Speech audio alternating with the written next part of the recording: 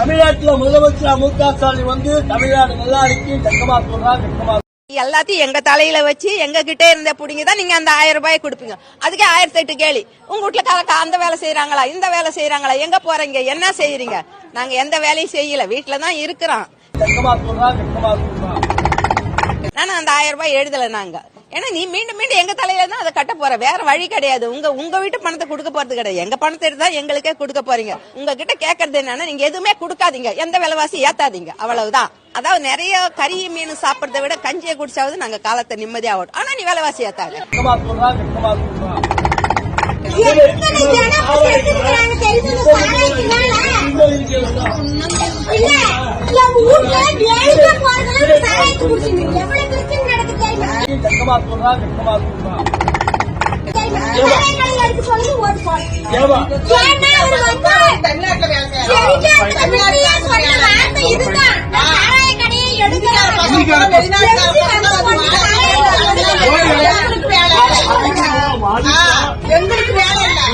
அதுக்கு சொல்லிட்டாரு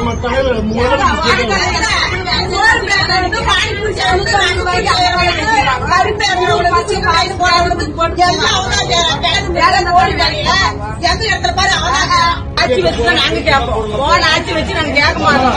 1000 ரூபாய் அரிசி, 2000 ரூபாய் பூண்டு, 400 ரூபாய். எதை வச்சு நாங்க பொழைப்போம்?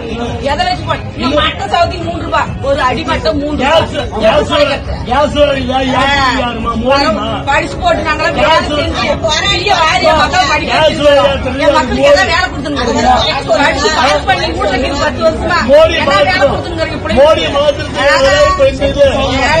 ஜக்கம்மா சொல்றா மோடிக்கு யாரும் ஓட்டு போடாதீங்க என பிரச்சாரம் மேற்கொண்ட நபரை சாராய கடையை எப்போது மூடுவீர்கள் என கேள்வி எழுப்பிய பெண்கள் ஜக்கம்மாவை பேச விடாமல் செய்த காணொளி வெளியாகி பரபரப்பை ஏற்படுத்தி வருகிறது.